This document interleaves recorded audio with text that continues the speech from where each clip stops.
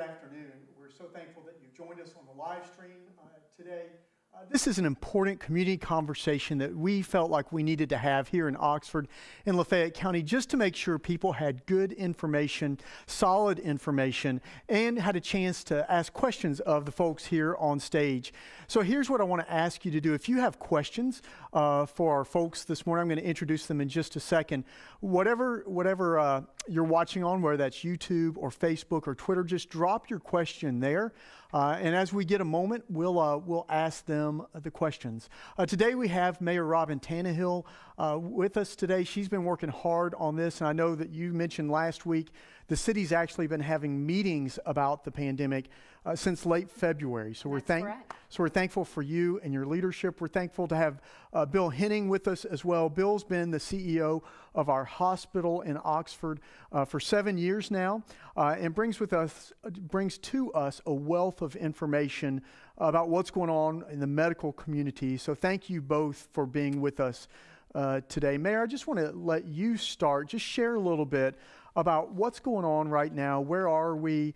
Sure. What things do we need to know on Sunday afternoon? Absolutely, and I really appreciate the opportunity to be here and to share with everyone kind of where we are. And if you have followed us on social media, then you're aware that we are trying to be as much of an open book as we can, while still understanding that all the plans, in the beginning, in February, it changed by the week. Right. And then it was by the day, and we are literally now to a point where it is changing by the hour at least. Yeah. It really is. That's just honest. So sometimes I feel like I say something and 12 hours later I totally contradict myself, but it's only because everything is changing just that quickly.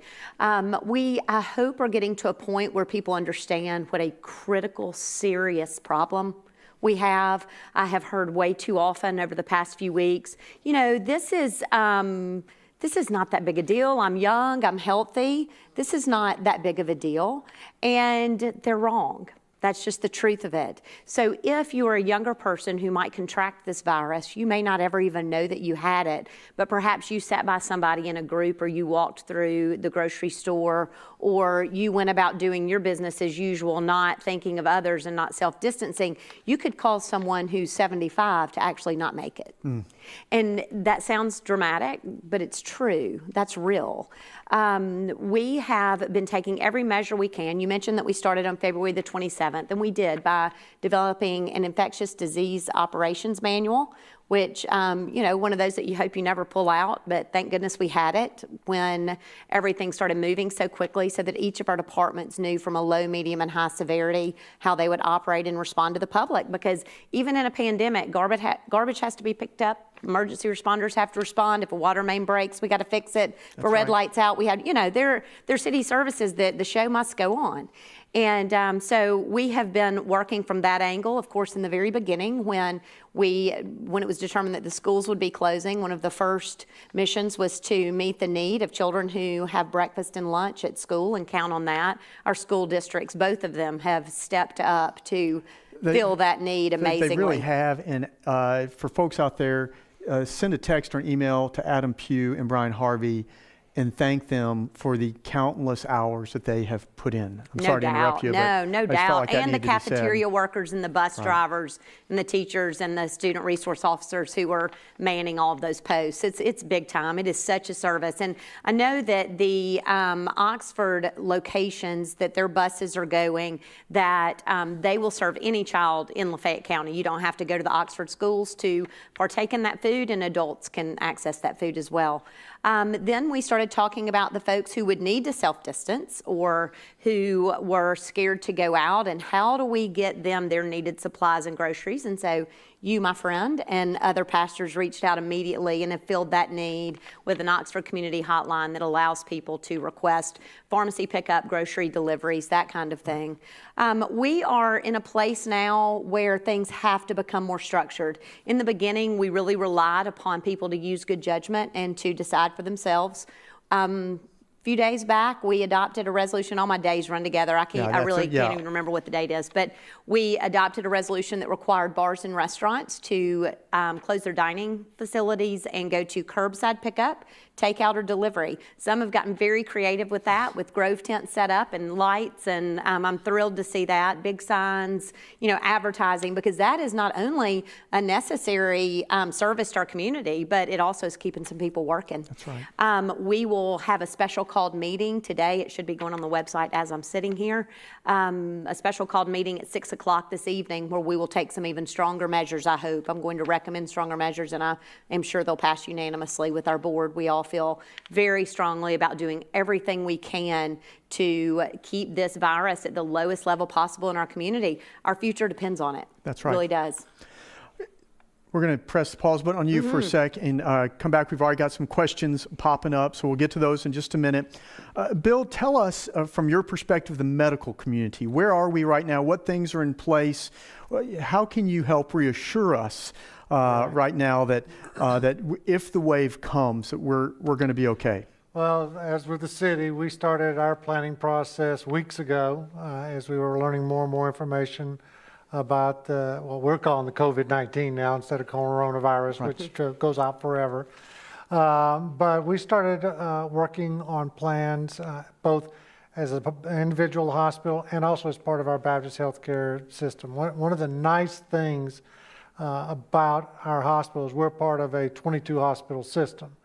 And so we've been able to work together with other people. Somebody else will come up with an idea and we get it spread throughout the hospitals. So we started working several weeks ago on that, put together plans, everything from limiting visitation, which we've already started doing at the hospital, to how would we take care of a large surge number of patients? Where would we get additional capacity? How is that capacity going to be staffed by different people? So we've really been putting together a lot of different plans on that level. We've also spent a good bit of time, and our physicians have spent a good bit of time looking at how we're going to care for these patients. So, for instance, our critical care physicians, our hospitalists, our ER doctors have all met on a continuous basis just to be able to say, all right, well, how do we handle these different types of patients? As we all know, there's not a cure for the virus. What you're treating are the symptoms that are the underlying diagnoses that are causing patients issues. Maybe they have respiratory issues. Maybe they have diabetic issues. How do we treat that in conjunction with the virus? So a lot of work on the part of our physicians. We've also been utilizing the CDC's website, so Center for Disease, their website, and also the Department of Health, State Departments of Health's websites for information, for different ways that we can protect ourselves, protect the community. So those are kind of our Bibles that we're using, for lack of better words. I think you and I were talking before we started, and you said for the hospital, the two places you go for truth, for the information that is absolutely true. You're not watching Fox News, CNN, MSNBC. Right. You're not watching those places, right, Bill? Y'all are going to those two places, the CDC and the Mississippi Department of Health. Right. Those are kind of our Bibles of truth, and we're utilizing them to get information that we need, to provide information to our staff, our employees, our physicians. You see all kinds of recommendations come from all different people. What we say, we're going to stick to those because those are probably the most accurate and most trusted sources of information that we can use. So in addition, one of the things that we've also done has been identifying what are those staff, facilities. Again, if we get a large surge of patients, how can we increase capacity to be able to take care of them? So we've done a lot of work over the last several weeks to try to prepare for this. We thank you all for helping the community think in ways that it hadn't known that it needed to think. So question for both of you, and then again, we're going to dive into some of the questions that are coming in. If you're out there, you can put the questions in the comments. They're being fed to me by a young lady named Lisa out here. So she's getting those to me. What's some of the good that you've seen already from what's chaos, it's difficult, what's some of the good that y'all have already seen? Well, we have seen so much good come out of this, and you always do. It's so easy to focus on all of the negative, and man, there's a lot of it to focus on, but there has been some great too. And I will say that developing partnerships even stronger with folks like Bill Henning and Baptist Memorial Hospital has certainly been a plus. The university and county also have come together with us to support each other, plan with each other, and we're all one team. And so we are blessed to be in a community that does operate that way, where both of the school districts, the hospital, and all the government agencies. So that has been a huge blessing that all of those relationships were already in place. But as I think through some of the cool things that have happened, I got an email a couple of nights ago from an old neighbor of mine. Her name is Mary Jensen. And Mary sent me an email, and she has, I'm going to mess this up, I need to read it again for exact details, but she has been making for her husband some masks because you can't get any N95 masks or surgical masks right now. So she found, it is some type of fabric that goes over pillows, I believe, that makes them, it insulates them from any allergies and what have you. And so she has offered to make masks along with her sewing group.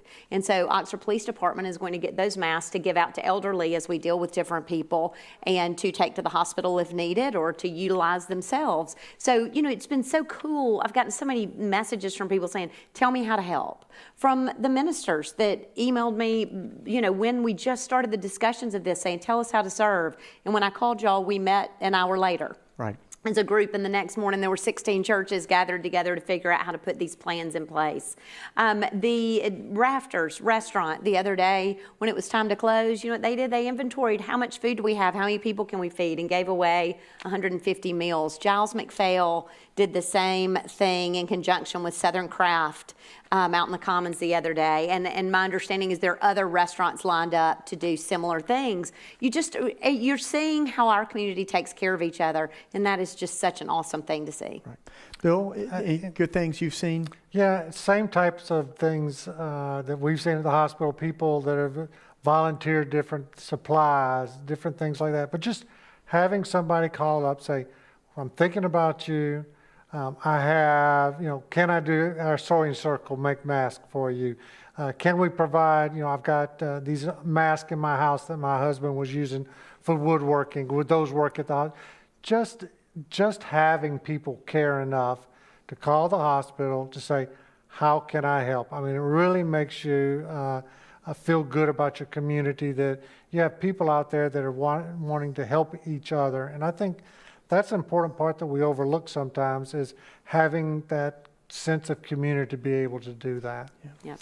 Well, let's talk about a couple questions, and I've got some questions as well. A couple of people have asked about additional enforcement measures that are under consideration regarding social distancing. So obviously this is something that is so critical right now. Actually, it was critical a week ago, or maybe even before. Now we realize it even before then. So are there other things under consideration to kind of push us towards more social distancing? There are, actually, in a couple of hours. Okay, so you don't have to. Yeah, well, I'd love for the public to know. I'd love them to ask questions now. I'll be asking our board to look at a second resolution at a special called meeting at 6 o'clock. And I'll just give you kind of the basics without boring you with all of it. But, the reason for this is that we have now 5 cases that have been reported by the Mississippi Department of Health, more that we are hearing of from individuals who are calling to report, and over 200 cases in the state of Mississippi, 207, I believe it was, today. And 5 in Lafayette County. 5 in Lafayette County.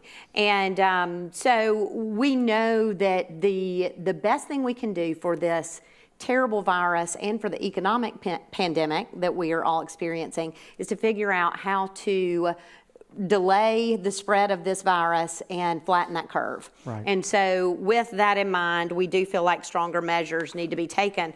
Although I will say that our business community has been amazing about self-policing and about doing the very unselfish thing of closing before being asked to.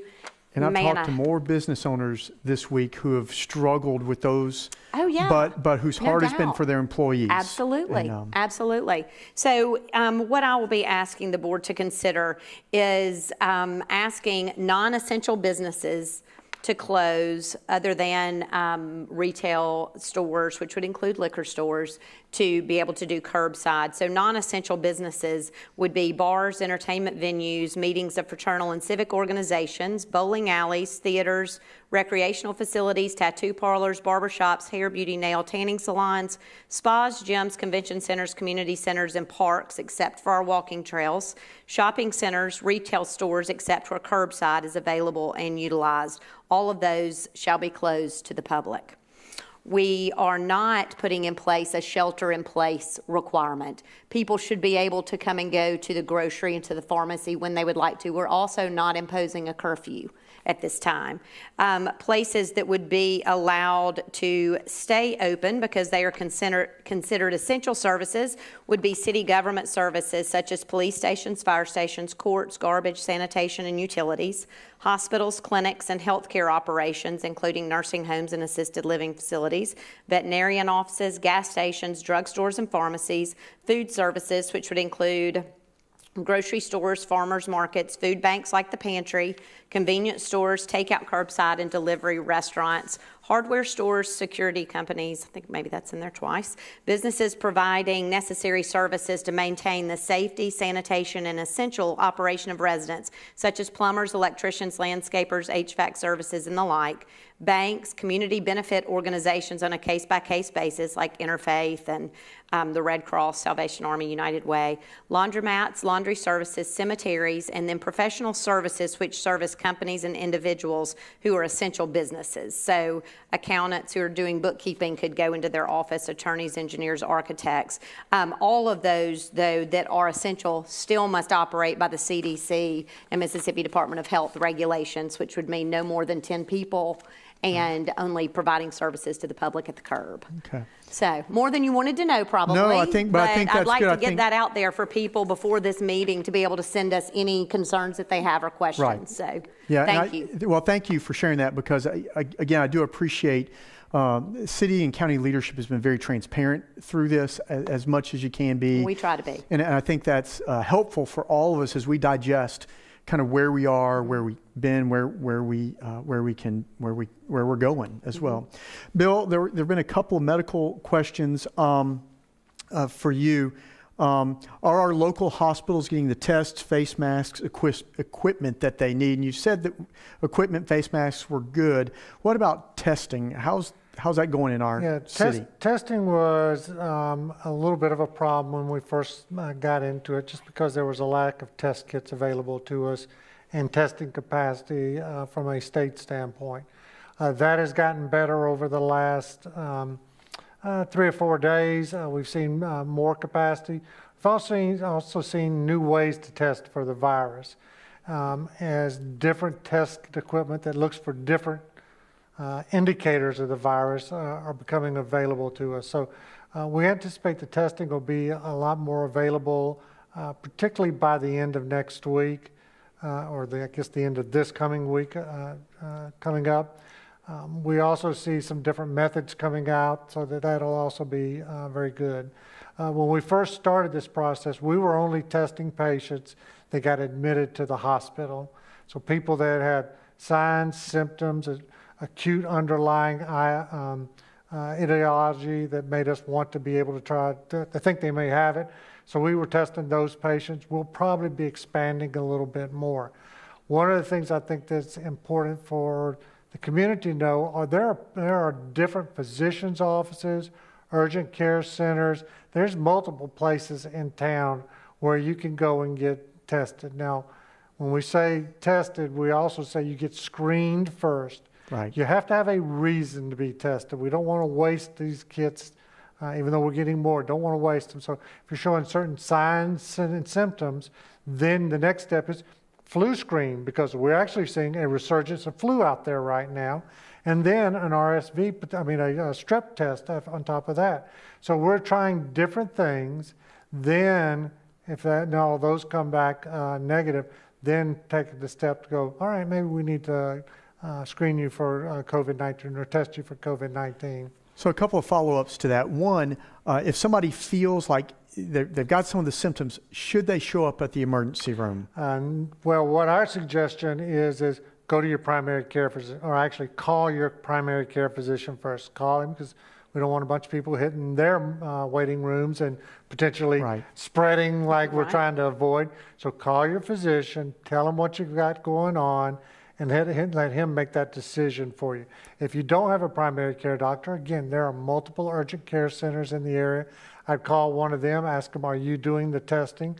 And if you are, they'll walk through the symptoms with you and it kind of help you make that decision. But we just don't want people showing up in the ER.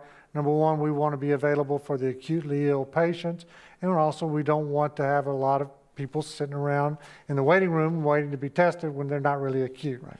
The second question, follow-up, are there any plans for drive-through testing at any point, screening and drive-through? Is that somewhere on the docket down the road? We are looking at that from the hospital standpoint now that more kits are going to become available. But again, there's some urgent care centers out there that are already doing it right now. I would suggest, if you really feel like you're showing signs and symptoms, you feel like, the closest we come to it is we say, if you feel like you got the flu, 100.4 temperature or more, some coughing, congestion, call up your doctor or call up one of these urgent care centers. Now, obviously, if you are really sick, come to the emergency room. Right.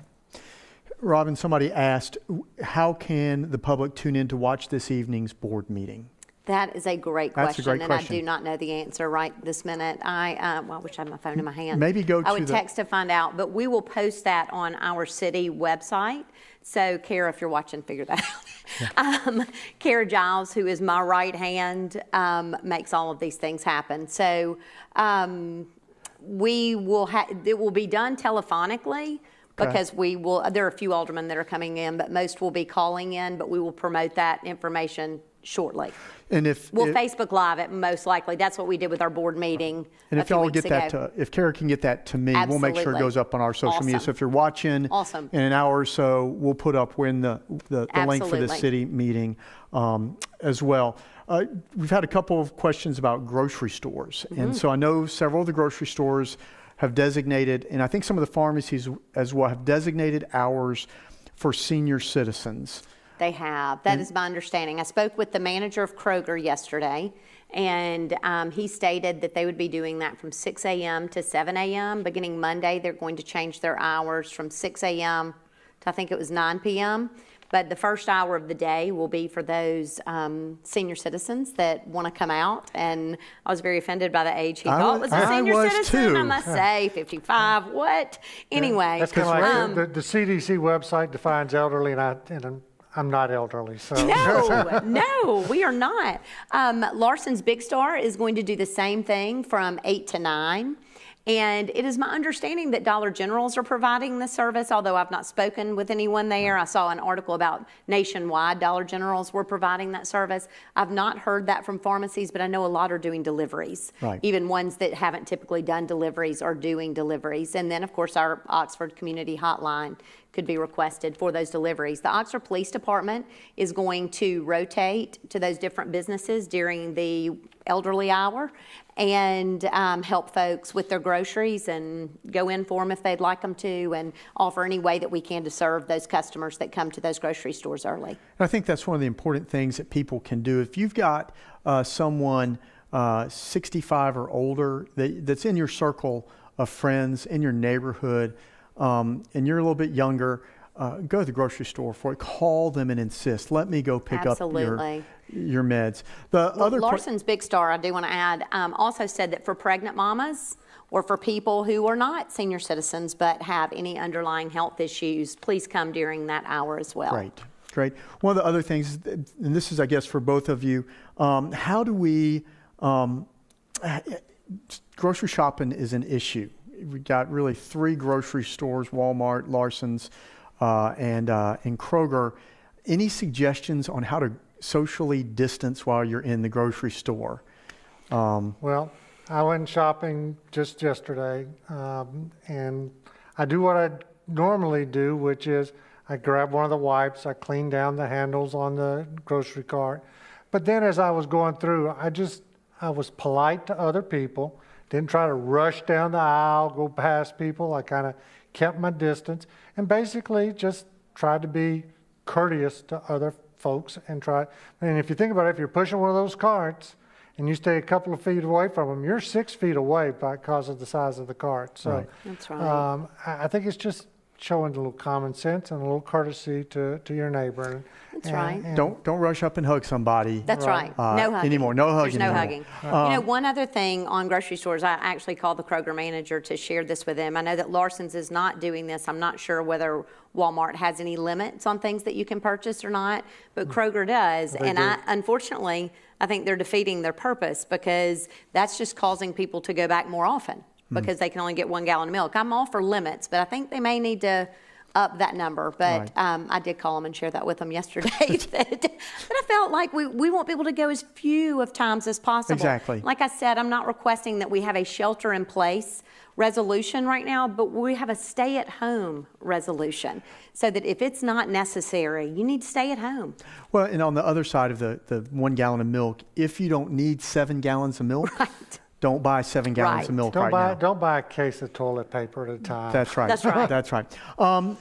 Bill, for you, have the doctors and hospital canceled all non-essential procedures and surgeries, elective things? Right. Well, that's good. We talked about ways we could social distance and some of the things the city's doing.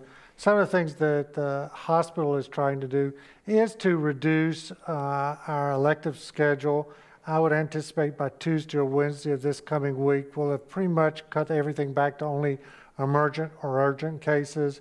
We didn't want somebody who was in the middle of a prep for an elective surgery that was, say, on Monday to have spent all this time getting ready and then not get it. Right. Or not have the surgery. So we're basically cutting back our schedule. The diagnostic center is being cut back along with our surgery center. And basically we're just going by the middle of next week, we're pretty much going to say it's got to be an urgent or an emergent reason for you to have a case or a diagnostic test done. We will work with our physicians. If a physician calls up and says, I know this is on the list, but here's why I think this is important, we'll obviously work with them. We're going to use some common sense around this. But, for the people who have that every 5 years colonoscopy or every other year, mammogram, those are the kind of things we can reschedule out 6-8 weeks out. Right. And try to make sure that we're helping people not get together in large crowds in waiting rooms and things like that. So yeah, we will be cutting back on or rescheduling. We don't want to say canceling. We're going to be rescheduling you down the road. Somebody asked, what can you tell us about the local COVID-19 patients in terms of their ages, how they caught the virus? Is there any of that information that can be public? No. Okay. Well, I'll tell Just you. to be blunt. That's right. I'm not going to go. No. She can probably But- tell more than I can because of just. Well, I can tell you what we know, which is nothing about the patients. What we know is a number. That's what the Mississippi Department of Health provides us, is a number. And that number today is 5. And I have been assured by the Mississippi Department of Health that they do contact investigations with each of those individuals who test positive. And I had one physician tell me, and I think this should reassure people, so I'm sharing the story, but physician told me that he had a patient that came in and tested who had been in a restaurant in another town. And the doctor said, well, do you have any symptoms? He said, no, but I got a call from the health department because someone tested positive that was in that restaurant. In return, the health department pulled all credit card receipts from that restaurant and made contact with the people to say, hey, you ate in a restaurant with someone who tested positive. And so that was encouraging to me. Yeah, that they in fact are doing that. They have assured us that they have done the contact investigations with the cases that they've been made aware of positive tests. So that's all we know. Okay. I will tell you that the patients that have tested positive have almost all been in the category that everybody hears about on the news. They had underlying health conditions. They were older. They basically had a pre-existing condition that ended up causing them to be admitted to the hospital. So it's like you see on the different websites. if you've got, some respiratory conditions, if you've got, diabetic conditions, those kinds of things, those are the types of patients that are generally becoming acute with this virus. Okay. But they may have caught it from a young person. That's I don't want that absolutely true. excuse these That's young absolutely true. people from being out and gathering, because you could be the culprit That's of exactly right. the person that's spreading this. So that's Right. very important, that just because it might not kill you, it's important that you not go out in public as well. One lady asked some hard questions. She says, how many ventilators are available? Seeing other hospitals setting up tents and parking lots. And you talked a little bit already about our hospital's plan for overflow, but why don't you just touch on that Right. one more time? Again, by reducing our elective cases, we have effectively increased our capacity in the hospital. We have our SPS area, for instance, which is where everybody comes to get ready to go to surgery. We could put about 40 patients in that alone. We have our recovery room, our PACU area. So we have a lot of areas where we can put patients if we need to. At surgery center, same thing there. We've got capacity down there. We could put patients down there. So before we got to the point of wanting to set up a tent, we'd utilize the capacity that we have in the hospital. We have been creating capacity, for lack of better words, Right. by doing some of these things that we've talked about. What about ventilators? You feel confident? That's part of her question. Again, being part of a large healthcare system, we've already, all the hospitals have provided inventories of ventilators, BiPAPs, anesthesia machines that can be converted with some effort to be ventilators. We've been doing those inventories across our systems, along with our mask, gowns, all those different protective equipment that we utilize. And so as a company, we're basically looking at how much do we have and where we need it. So I really don't look at it as how much I have here, how much do we have company-wide, and we'll shift those resources where we need to. So, but right now, just to answer our question, we're fine from a ventilator standpoint. What a great advantage to be a part of the Baptist health system. So, both of y'all might have different answers to this. Where's the best place, website, et cetera, to find updated, accurate information for Oxford Baptist Medical Center, North Mississippi, and Lafayette County? So what are some websites that you could tell people to get just good local information? Well, if you're looking at just information on the virus, then obviously you have the Mississippi Department of Health's website. I think we can put the Mississippi Department of Health website right there. So we also have, Baptist has a 24/7 phone number you can call. We have our coronavirus hotline. And so I think we'd sent you that information. But we'll see if we can get that up there. We'll put it up there. Yeah. We'll provide it later. But we do have a hotline that if you just got a question, you can call that hotline. And we have people on there that can answer those questions for you. So I would say that those are some really good websites or phone numbers you could call to get information that is specific to our state and specific to Baptist. Ron, what about you? Right. The Mississippi Department of Health also has a 1-800 hotline that's 24 hours a day. So one of those two phone numbers, but our oxfordms.net website is where, if I've put it on my personal mayor website, Facebook page and social media, if it's been on the City of Oxford social media, it is all on our website and chronological. So you can see from when we first started our announcements, and you can see the resolutions that are passed. This new resolution will be posted immediately if it passes. And so you can keep up with everything at oxfordms.net. Okay. I went there yesterday. Yeah, it's full of information. The the Oxford Visitors site also has great information, not about the sickness itself, but things that are happening in the city in terms of restaurants that are still open, who's doing curbside, and all of that. So for folks that want to find places to eat and support places that are doing curbside. Please go there. They also have the opportunity for you to virtually tip people who are in our hospitality industry and are laid off at this time. So take advantage of that in our Visit Oxford website. Thank you for that.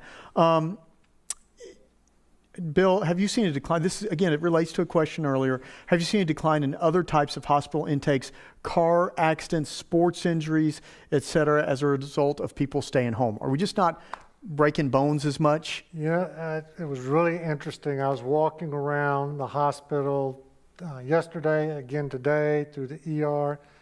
And the staff hates it when I say this, but it's spooky quiet, because they hate for me to use the Q word, because they know we're just going to get hammered after that. But it's been very, very quiet, very calm.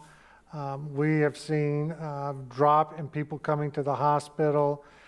We really have, I think people are trying to be careful right now. And we appreciate that. We're all worried about that, couple of weeks out, maybe get this big surge of patients coming in. That's what we're preparing for. But by people trying to avoid, doing something dumb and breaking a bone and coming to the hospital, that helps out too. Well, yesterday I fell down the stairs at my house, and my first thought when I finally got to the bottom was, where do I go if I broke a bone? So, well, you come to the hospital if that happens. You just Google it on YouTube. Yeah, after my daughters got through laughing, that's when we would have had to do something. So, somebody asked about salons being closed, but under the new resolution, salons would. They would be. Salons would be. So get your hair cut this afternoon. Well, we're about to find out what color everybody's hair really is in Oxford. That's right. That's for sure. So, somebody asked about the old hospital. Would that, if things if the wave really hit us, would there be capacity in the old hospital? Well, obviously, it's been stripped of all of its hospital or medical capabilities. If we get to that stage, one of the first phone calls, well, before we get to that stage, if it starts to really ramp up, one of my first phone calls will be to the chancellor and us going over and seeing how we could utilize that. So that's the nice thing. We've got enough different options in town where we don't have to think about putting a tent up somewhere. We really can try to utilize our capacities, create capacities, and look at some out-of-the-box thinking. We've even had a couple of the hotels have called up. Really? Yeah, 2 hotels have offered their properties if the hospital needed them. That's again, I just go back to so fortunate to live in a community where people's perspective is big picture. I know that's not true completely, but just the leadership in every segment of our city seems to be focused on let's do what we got to do to get past this, and let's figure out what we have to do together to get past it. And that's just encouraging. Very much encouraging to me. There's a question about restaurant preparers. So, are restaurant preparers wearing masks as they prepare food? I know there's a whole thing, commitment. There is. Serving Oxford safely is a commitment that we had all of our restaurants commit to, and I don't think we had any that did not. But you can see that on oxfordms.net as well to see what their preparations are, knowing that quite a few of them, if you go to their websites, you can see even more. Most of them are doing even more stringent hygiene requirements and things than was required even by the CDC. So look at those. We are requiring them to have less than 10 people there preparing food. The food must come out to the curb. They're only using the plastic utensils, no straws, nothing that they are touching. But feel free to look at those requirements. Okay. We're going to get to rumors in just a second. So we're going to just be thinking about rumors. But one more question for Bill before a couple final questions. Have delivery and C-section procedures changed for women giving birth at this time? The process, the clinical methodology, for lack of better words, has not changed. What has changed is we have people that want everybody and their neighbors and everyone else to come to deliveries. In the past, that is going to be changed. Basically, you can have your spouse, and then let's say you have a labor coach or somebody you've been working with. We're going to limit it to that. Okay. It's not going to be the whole family coming in and enjoying this experience together. We are really drastically cutting back on that accessibility. Okay. But nothing's changed other than that. Okay. We've got a few more minutes for questions, so if you have any questions, drop those in the comments of wherever you're watching. We'll get to those. But let me ask y'all both, are there any rumors you need to debunk this afternoon? Anything you want to say, this is I keep hearing this, just want to make sure people understand it's not true. Anything from your areas? Not really. Some of them are just so crazy. I'm just not even going to go there. I'm not even going to go there. But most people have been very calm and level-headed. Most people are using their common sense, and And I think that's important. It is. We've had a few that, some of them that are so funny that aren't worth sharing, really, because they're so silly. But the other night when the rumor got out that the liquor stores were closing, oh my goodness, I there's going to be a almost riot. had to get police protection. Are you kidding? So, or as it has been referred to numerous times as therapy juice. Are you really about to take our therapy juice?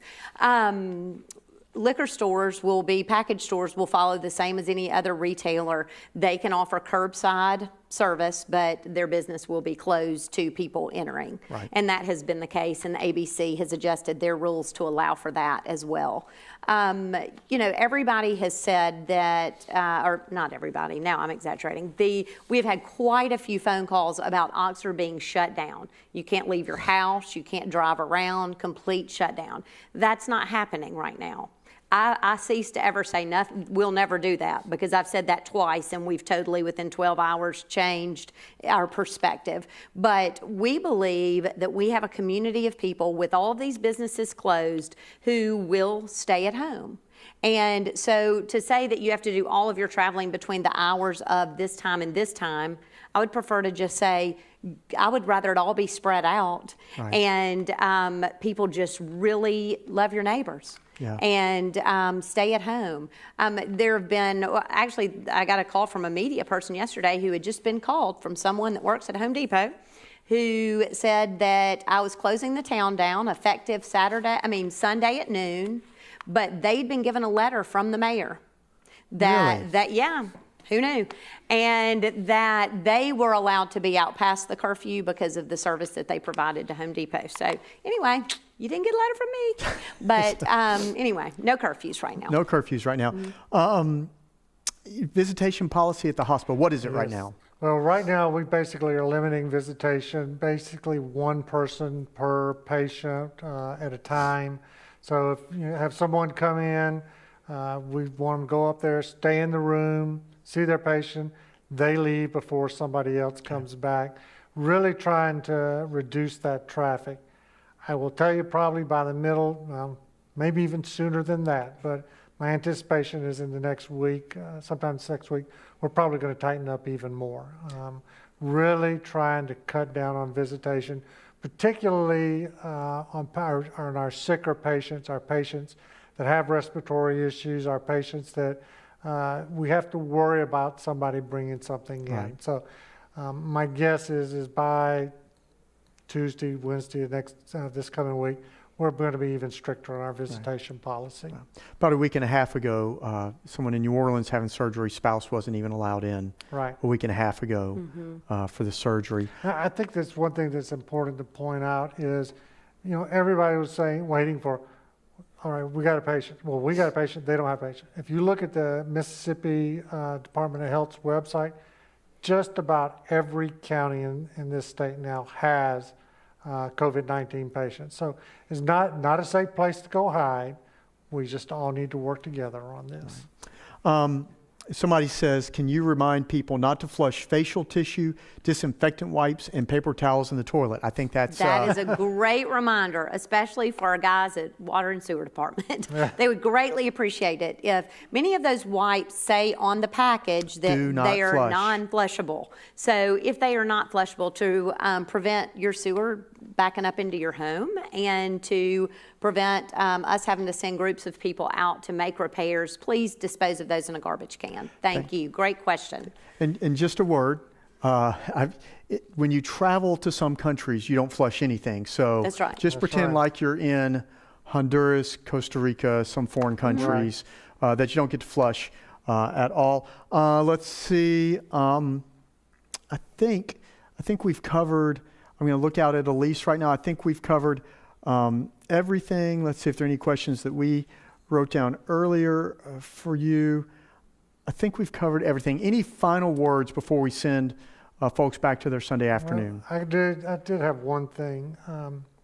You'd asked, what can people do in the community? Thank you, yeah. One of the things that they could do is help healthcare workers with the daycares and the schools and things like that shutting down. We now have workers that got kids that they're trying to figure out what to do with those kids. So if you're a neighbor of somebody who works at a physician's office, a hospital worker, somebody like that, walk across the street and say, hey, do you need some help with taking care of your kids? Maybe I can take care of your kids tomorrow for you or the next day. Again, community helping each other out, because we don't want our healthcare workers to have to stay home because they can't find somebody to take care of their kids. Right. So, Right, and if you got a college kid home, which a lot of us have college kids home, right, maybe it's an opportunity for them to help out during this season. You know, the hospital worker wants somebody taking care of the kids that they know, and they, you know, so if you walk across the street and offer that help, that goes a long way toward easing some stress that these people are under right now. Absolutely. And the healthcare workers should also know that they can use the Oxford Community Hotline to have groceries delivered. I know it's hard for them after working to get groceries and pick up their own prescriptions and that kind of thing. So let us serve you that way as well. You know, I think probably the most important thing for everybody to realize is that you don't have to panic. This is not a panic situation. We are going to continue to make decisions using compassion and common sense. And we have such a strong community that takes care of each other. And that's when we shine the brightest. And so we will continue to do that. Know that your city leaders are doing all they can to put plans in place. That doesn't mean we're getting it right all the time, for sure. And a little grace goes a long way. Well, it does, because we are moving so quickly. I know I've misspoken at times about things and have rushed to say we won't do this, and 5 minutes later, I know they're like, what did she just tell me? Just know I promise we're not lying. Things just change really fast. That fast. So be patient with us, if you will. We know that we work for 25,000 people, and we take that very seriously, and we take your public health and safety very seriously, which is why we are implementing these things. And we ask you to follow them very stringently. There is a penalty clause for not following these rules. We don't want anybody to get in trouble. That is not the goal at all. But we will be closing our parks. I think one thing that people need to know is we'll be closing our parks except for the walking trails, and you should social distance even on those walking trails. At Avent Park the past few days, there have been hundreds of kids out there. We can't have 100 kids on the playground at Avent Park. Right. And so as beautiful as it is outside, please play in your yard, go on a walk, go to the Whirlpool trails, walk Pat Lamar Park walking trail, but please stay off the playgrounds and just, you know, enjoy some family time. It is, I'll have to say, certainly nice to look around my dinner table every night and have all my birds in one nest. It is very nice at our house as well. Yeah. Here's what you can do, a couple things. This video will stay on our YouTube page, it will stay on our Facebook page. You'll be able to find it in the Twitter feed as well. So share it with others. So if there was something on here and you want to make sure that somebody hears it directly from Bill Henning or directly from Mayor Tannehill, send that to them. You can send other people to watch the video as well. And before you go, if you have a suggestion for other community conversations during this season, we may consider having another one of these at some point. If there are other folks from around our community that you'd love to have an opportunity to hear from, to ask questions of, to learn from during this season, just let us know. Thank you for your time this afternoon. We're praying for you. Continue to pray for all of our community leaders as they lead us wonderfully and marvelously through a very difficult time. Thank you.